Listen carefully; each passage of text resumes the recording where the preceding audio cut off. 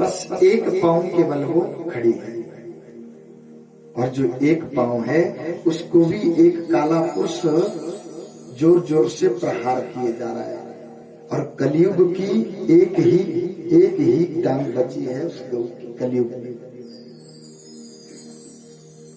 और वो जो काला पुरुष है जो गौ माता को मार रहा है, वो कौन है? वो कलयुग है। महाराज, हमारे लिए कहीं भी स्थान नहीं है रहने के लिए, हम क्या करें? कहाँ चाहेंगे? द्यूतम पानम स्त्रिया सोना यत्र धर्मासु चतुर्विधा।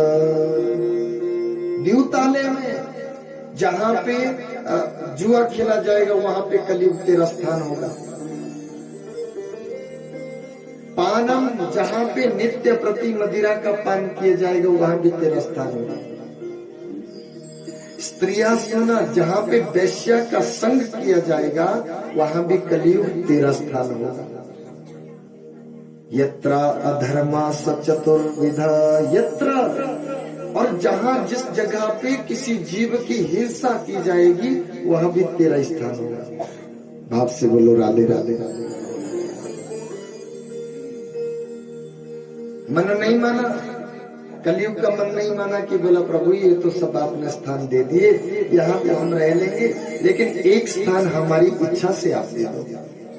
कलयुग के मन में था कि राजा को कैसे हम पकड़ में लाएं। यथा राजा तथा प्रजा,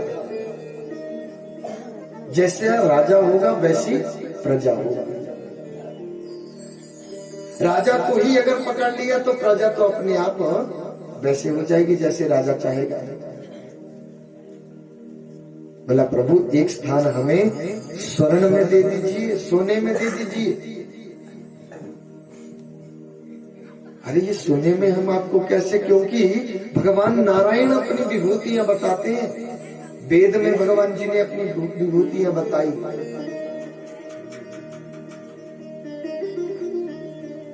कि देवताओं में बृहस्पति मैं हूं, नदियों में गंगा मैं हूं, धातुओं में स्वर्ण मैं हूं, सोने में मेरा वास है। जब सोने में भगवान नारायण का वास हुआ तो वहां पे कलयुग का वास कैसे हो सकता है? विचित्र बात है कि जब भगवान जी का वास सोने में रहता है तो कलयुग का वास कैसे होगा? बेईमानी और चोरी, चोरी करके जो धन कमाएगा उस धन में, उस सोने में तेरा वास होगा, अन्यत्र सोने में तेरा वास नहीं होगा। बेईमानी से जो कमाया गया धन उसमें कलयुग तेरा वास होगा। जिसने कमाया वो तो अपने जीवन काट के चला गया, लेकिन आगामी पीढ़ी में हमारे बच्चों में वो भी कार आएगा जरूर, ये पक्की बात है। हम अपनी कमाई का 10वां हिस्सा अगर भगवान जी के निमित्त नहीं लगाते, हमने कहा ना जब माता पिता का ध्यान अगर भगवान जी की तरफ नहीं होगा तो बालकों का कैसे होगा? बोलने से संस्कार थोड़े नहीं आएंगे बालकों में। अब यहाँ पे इस जगह पे कथा हो जा रही है, बालक छोटे छोटे बच्चे भी बैठे हैं, वो थोड़ी देर हल्ला मचाएंगे, थोड़ी देर के बाद चुप हो जाएंगे कि भाई इतने लोग जो बैठे हैं क्या मूर्ख बैठे हैं? ये तो सब चुप, बिल्कुल चुप बैठे और एक ही आदमी बड़बड़ा रहा है बस। वो अपने आप में वो चला जाएगा संस्कार की यहाँ पे चुप बैठना पड़ता है। और वो बच्चे के दिमाग में अगर एक बात घुस गई तो पूरे जीवन भर के लिए वो पक्की हो गई।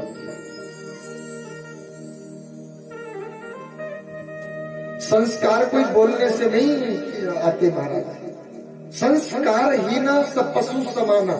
हम संस्कार माता पिता जैसा करोगे वैसे तो बालकों में संस्कार है।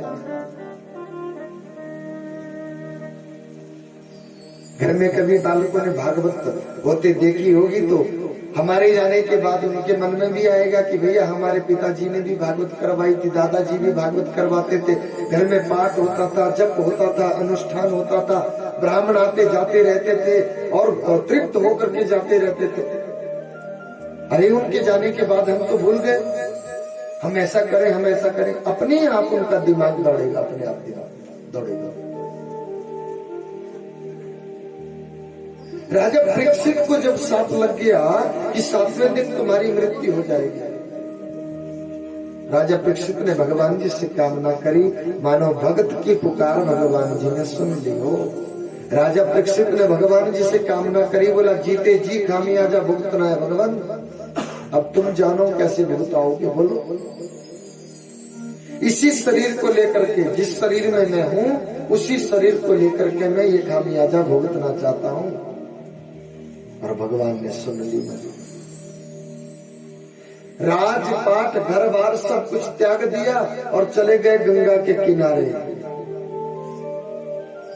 हम घर में जो हम कार्यक्रम करते हैं उसका 100% हमें फल मिलता है। गौशाला में अगर हम करें तो वहां पे सहस्त्र गुना, और तीर्थ पे जाकर के अनंत गुना माना गया है। तीर्थ पे जाकर के अगर हम कोई दान पुण्य, भगवान जी की कथा वार्ता कुछ भी करें, हम वहां पे 10 पैसे का दान करके वो न जाने कितने में परिवर्तित हो जाएगा। तीर्थ का दान अनंत गुना माना गया है, अनंत गुना माना गया है। कोई सा भी दान हम करें, सुपात्र दानम भवेत धनाढ्य। हम जो दान दिए जा रहे हैं, जिस पात्र को हम, जिसको हम दान दिए जा रहे हैं, वो उस दान लेने का अधिकारी है कि नहीं है। हम कोई सा भी दान करें। और कुपात्र दानम, शास्त्र कहते हैं कि कुपात्र दानम भवेत दरिद्री। हम दान भी कर रहे हैं और वो आदमी उस दान को लेने का अधिकारी है ही नहीं, और हमने दान दे दिया। दरिद्रता को पाओ, यहाँ भी दरिद्री बनोगे, ऊपर जाकर के भी दरिद्री बने रहोगे। लेकिन सुपात्र दानम, सुपात्र दानम भवेत धनाढ्य। यहाँ भी धनी बन करके रहोगे, वहां भी धनी बने। लेकिन एक दान में किसी पात्र की ना अत्र पात्र परीक्षा। कौन सा? अन्नदानम समम दानम भूतो न भविष्यति। अन्नदान में किसी पात्र की परीक्षा नहीं की जाती। हम अन्नदान किए जा रहे हैं, हम अन्नदान किए जा रहे हैं, तो वहां पे पात्रता नहीं देखी जाती कि ये पात्र नहीं है भाई, इस दान को लेने का पात्र नहीं है। जो भूखा है वो उस दान लेने का अधिकारी है। सबको भोजन करवाना चाहिए। हालांकि हमारी मनोवृत्ति ऐसी रहनी चाहिए कि हमारे घर में जो भी जैसा भी कुछ बना है, अगर सब्जी नहीं भी है तो चाय के साथ दो चपाती दे दो, चलते चलते। लेकिन घर से, हमारे घर से कोई भूखा ना है। इससे बड़ा दान दुनिया में कोई बताया ही नहीं गया। क्यों? क्योंकि आप हमें दान दोगे, ध्यान देना, अन्नदान क्यों बड़ा बताया गया है। हम कोई सा दान, आप मुझे दक्षिणा दान दे रहे हैं, आप मुझे वस्त्र दान दे रहे हैं, आप मुझे सोना दान कर रहे हैं, प्रत्येक दान अपनी अपनी जगह पे बड़ा है। आप मुझे दक्षिणा दे रहे हैं, भले ही मुझे तुम 1 लाख रुपए दक्षिणा क्यों नहीं दे रहे बदले में। आपने दक्षिणा दी, मेरा मन हो गया कि यजमान ने मुझे 1 लाख रुपए दक्षिणा दी, अगर ये 1,10,000 दे देते तो मेरे को जरूरत 1,10 की थी, 1,10,000 की थी, और यजमान ने मुझे 1 लाख दिया। मन रह जाएगा ना, मन रह जाएगा कि यजमान ने मुझे। लेकिन अन्नदान जिसको करवाते हैं, यजमान 4-6 सब्जी से हमें भोजन करवा रहा है, 4-6 सब्जी से भोजन करवा रहा है, और वो दान हुआ। और उसके बाद दक्षिणा भी साथ में दे रहा है, दक्षिणा भी साथ में दे रहा है। और उसके बाद कह रहा है, उसके बाद क्या ले आए महाराज, गुलाब जामुन ले आओ, अब मालपुरे ले आओ, रसमलाई ले आओ। वो पंडित जी के सामने धरेंगे, वो कटोरी में देंगे तो पंडित जी तो मना ही करेंगे, भाई यहाँ तक भरे पड़े अभी तक तो, अभी तो खाने का कोई मतलब ही नहीं। अंदर से आवाज आएगी कि नहीं नहीं नहीं, मैं रच गया। क्योंकि अंदर से जो, मन से जो, जिनका मन तृप्त हो गया, तो वो दान बड़ा माना गया कि नहीं माना गया। हमारा मन जो तृप्त हो गया कि आपने जो दान दिया उस दान से हम तृप्त हो गए। और शास्त्र कहते हैं कि धन्य है वो प्रांगण जिस प्रांगण में 10 आदमी भोजन करके तृप्त होकर के चले जाते हैं, ऐसा प्रांगण धन्य है। भगवान जी कहते हैं कि प्रत्येक के मुख में मेरा वास रहता है। तुम मन से जो भी दान दोगे, चाहे अन्न दान करो, कोई सा भी दान करो, लेकिन हृदय से करो। ऐसा मत सोचो कि हमने पंडित जी को दान किया, हमने नारायण को दान किया है। पितरों के निमित्त कर रहे हैं हमने पंडित जी को दान नहीं किया, हमने अपने पितरों के निमित्त ये दान किया है। वही दान सार्थक माना गया है। दान की महानता बताई गई है। हम इस हाथ से दान देवें, हम इस हाथ से दान देवें तो इस हाथ को पता ना चले कि हमने कितना दान दे दिया।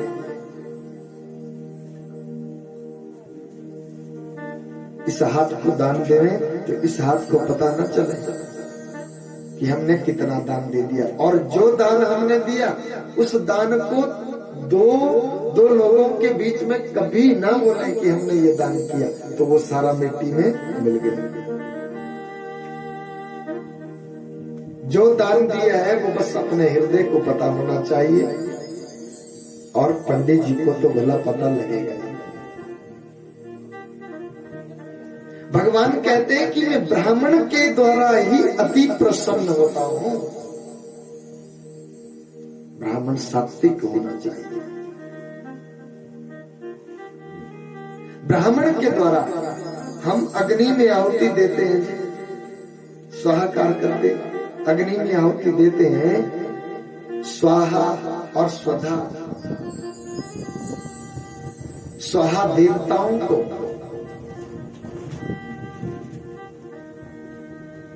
और स्वधा पितरों को।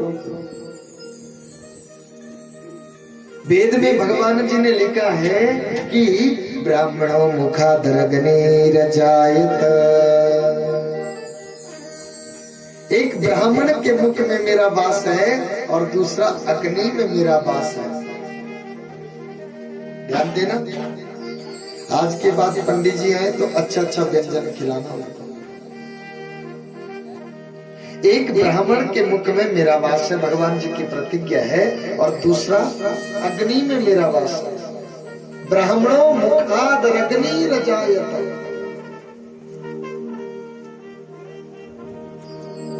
ब्राह्मण में स्वाहा, भगवान प्रसन्न होते, देवता लोग प्रसन्न होते।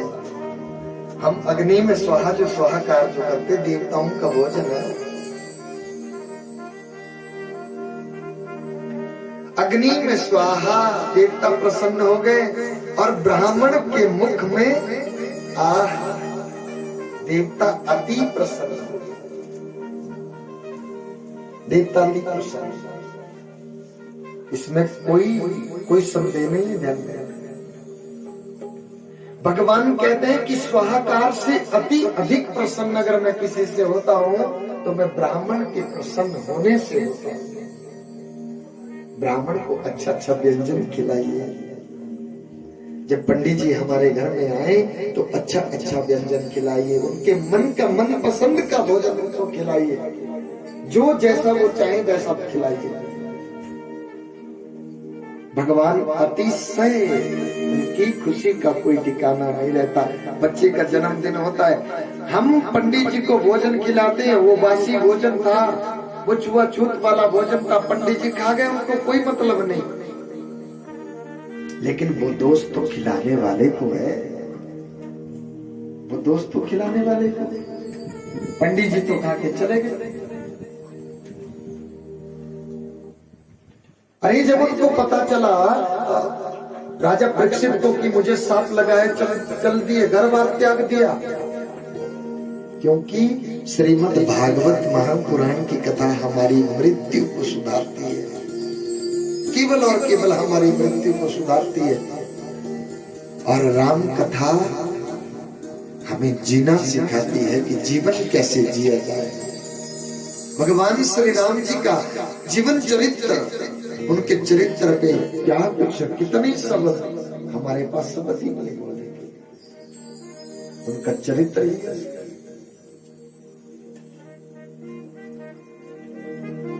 भगवान सुखदेव जी आए, उनका आसन, उनको कुशा आसन दिया, कुशल क्षेम पूछी।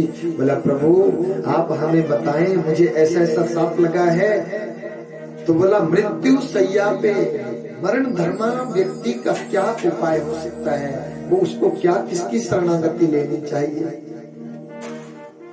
हे राजन, तुम जिस जगह पे आए हो ना, वो जगह ही बहुत सुंदर है, वो तुम्हारी मृत्यु को सुधार देगी।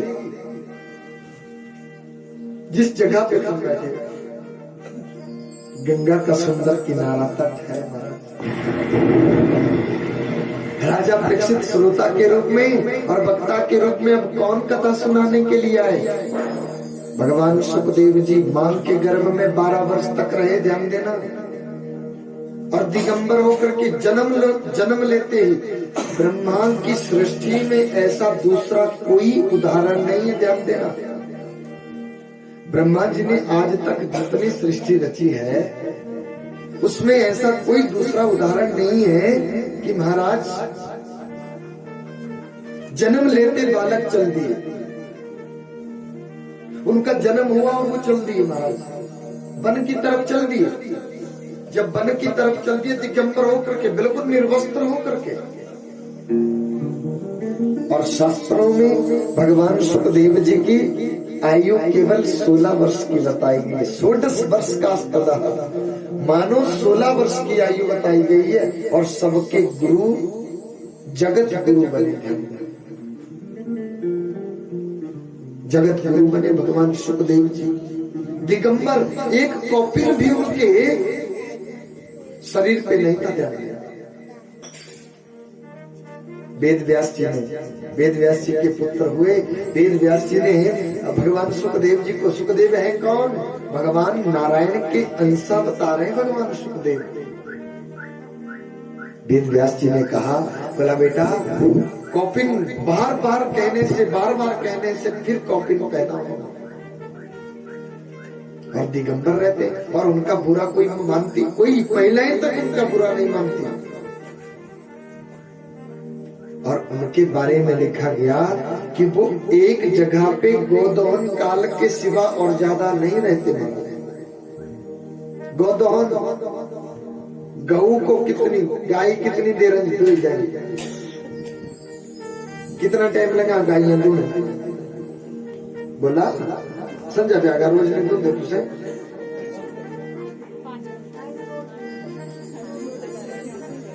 तजी और गाने पान के तक घंटा पर बैठी रहे और तो सोचा है। शास्त्र कहते हैं कि 6 से 8 मिनट के बीच गोदोहन काल है। और इतने समय से ज्यादा वो एक घराने में नहीं टिकते महाराज, नहीं खड़े होते। अगर किसी ने उनको भिक्षा, केवल एक दिन में 4 ही घरों में जाते हैं, 5वें में नहीं कभी जाते। अगर किसी ने दिया तब भी ठीक है, ना दिया तब भी ठीक है। और गोदोहन काल के सिवा ज्यादा नहीं चलते, ज्यादा नहीं रुकते, चल देते हैं, चल पड़ते हैं। ऐसी मनोवृत्ति है।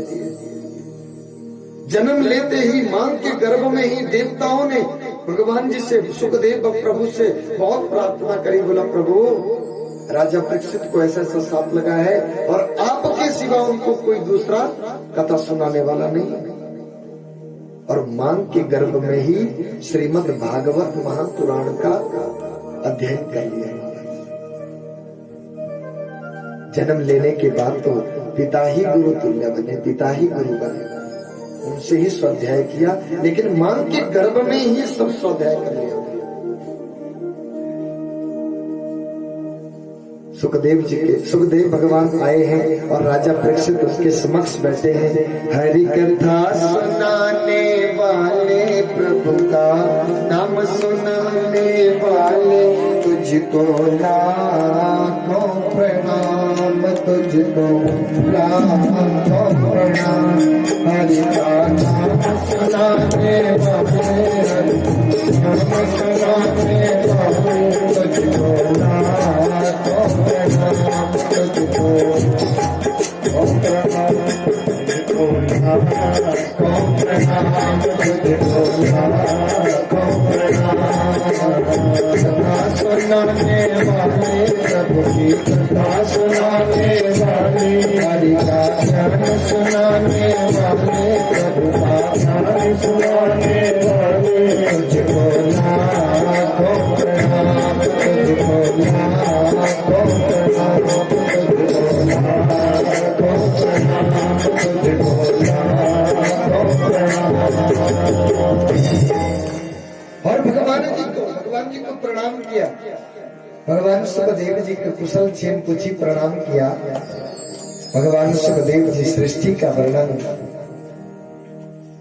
मेरे भगवान सृष्टि का वर्णन वो कथा सुनाने लगे कि ये पृथ्वी जब जलमग्न थी तो यहाँ पे कोई भी भगवान जी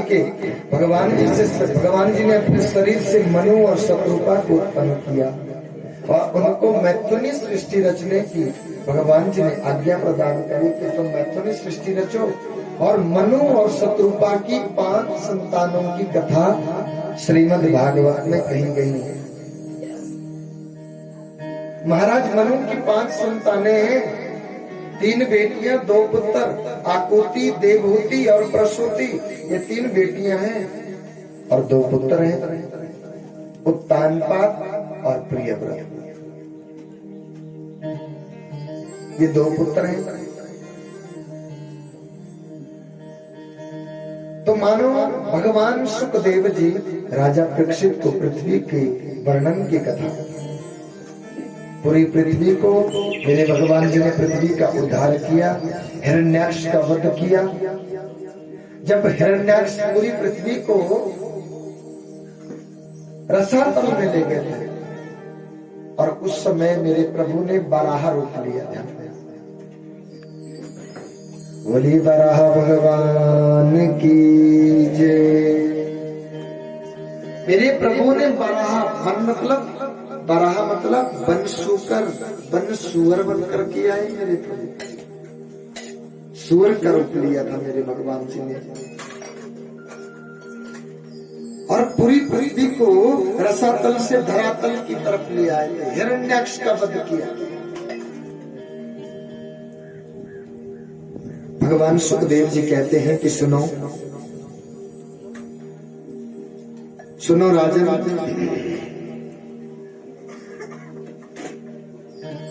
प्रसूति के 2 पुत्र उत्तानपाद मानो। प्रसूति जो थी राजा दक्ष प्रजापति को विवाही गई और उनके गर्भ से भगवती माता जगत जननी साक्षात महामाया की कथा चली। हमारी गुलजा माता उनके गर्भ से जन्म लेकर के आई।